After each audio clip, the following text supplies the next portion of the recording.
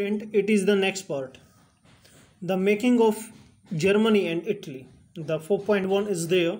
Germany. Can the army be the architect of a nation? क्या एक army या सेना देश का निर्माण कर सकती है? Let's see. After the 1848, nationalism in Europe moved away from the association with democracy and revolution. यानी जो नेशनलिस्ट थे वो रिवोल्यूशनरीज से और डेमोक्रेसी के जो एसोसिएशन से उनसे अलग होने लगे. Nationalist sentiments were often mobilised by the conservative for promoting state power. यानी जो नेशनलिस्ट सेंटिमेंट्स थी, भावनाएं थी, उनको हमेशा यूज किया गया कंजर्वेटिव्स द्वारा क्या करने के लिए? Promoting the state power and achieving the political dominance over the Europe.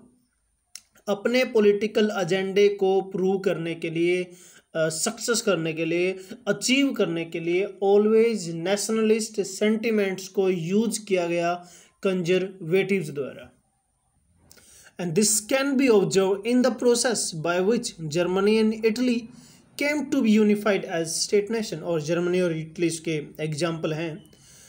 As you have seen, the nationalist feeling were widespread among the middle class German, who in 1848 tried to unite the different region of the German Confederation into a nation state governed by an elected parliament.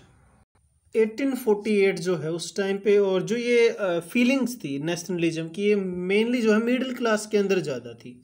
और इन्होंने फिर जो एक elected representative जो parliament बनाई थी उसको दबाने की कोशिश की गई है. उसको दबाने वाले हैं कौन?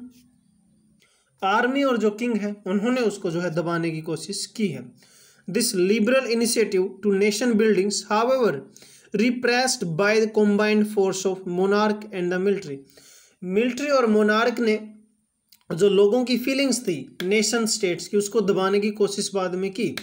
Supported by the large land owner, Junker जिनको बोला गया लार्ज लैंड ओनर, बड़े जमींदारों को, of the प्रेशिया.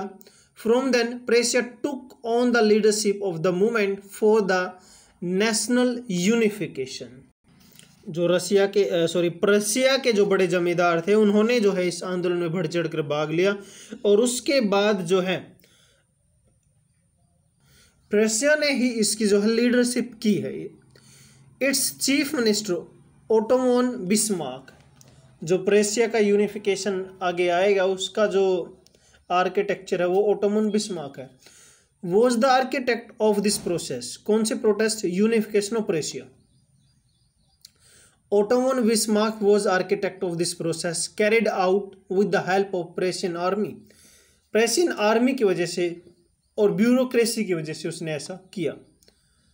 3 war over 7 year with Austria, Denmark, France ended in Prussian victory and completed the process of unification in January 1871. The Prussian king William I was proclaimed German Empire in a ceremony at held Versailles. प्रेशिया का जो unification है उसके लिए responsible है Ottoman Bismarck. 7 साल तक लगातार जो है युद्ध लड़े गए हैं. 3 युद्ध इसमें हुए हैं. ऑस्ट्रिया, डेनमार्क, फ्रांस के साथ ये 3 युद्ध हुए हैं.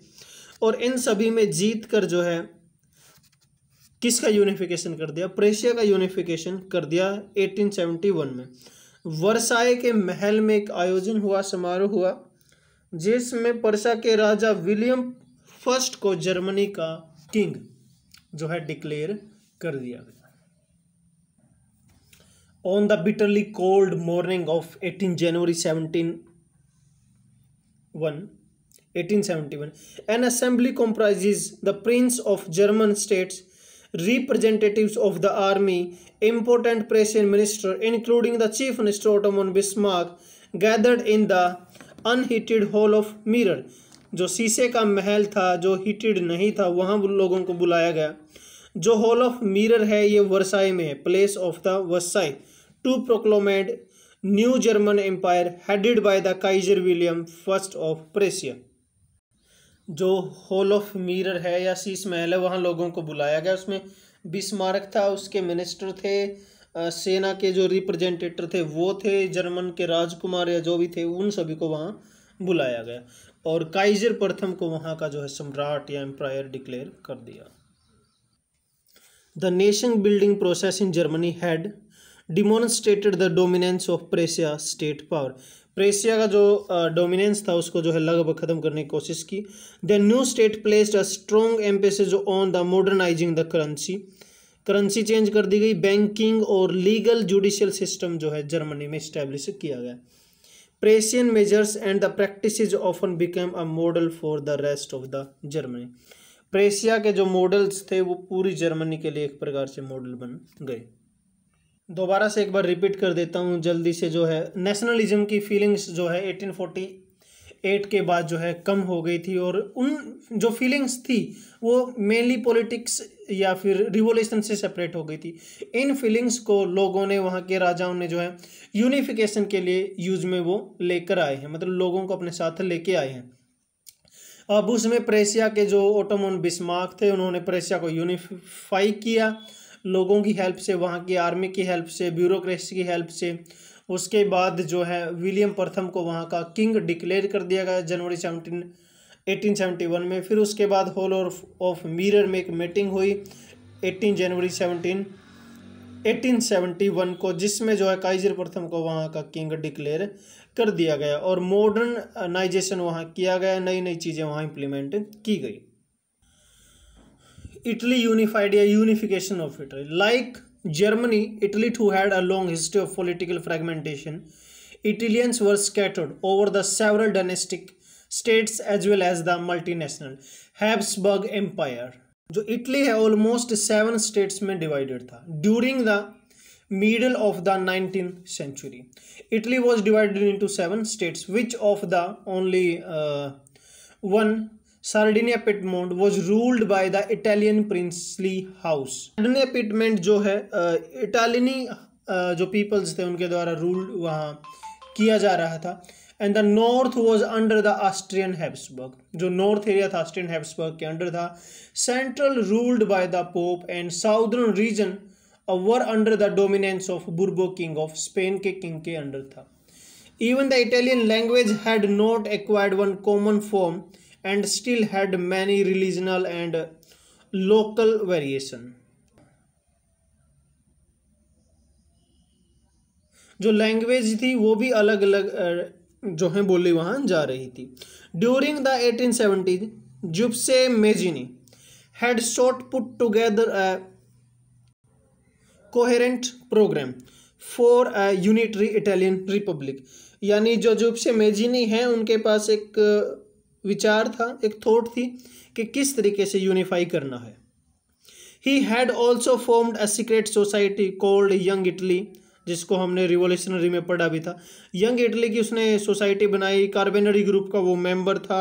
यंग यूरोप सोसाइटी भी उसने जो है बनाने का काम किया। 1831 टू 1848 में जो है जितने भी रिवोल्यूशन हुए वो सक्सेसफुल नहीं हुए। The failure of revolutionary uprising both in the 1831 and 1848 meant that Mantle now fell in the Sardinia Piedmont under the rules of King Victor Emmanuel II to unify the Italian states through war.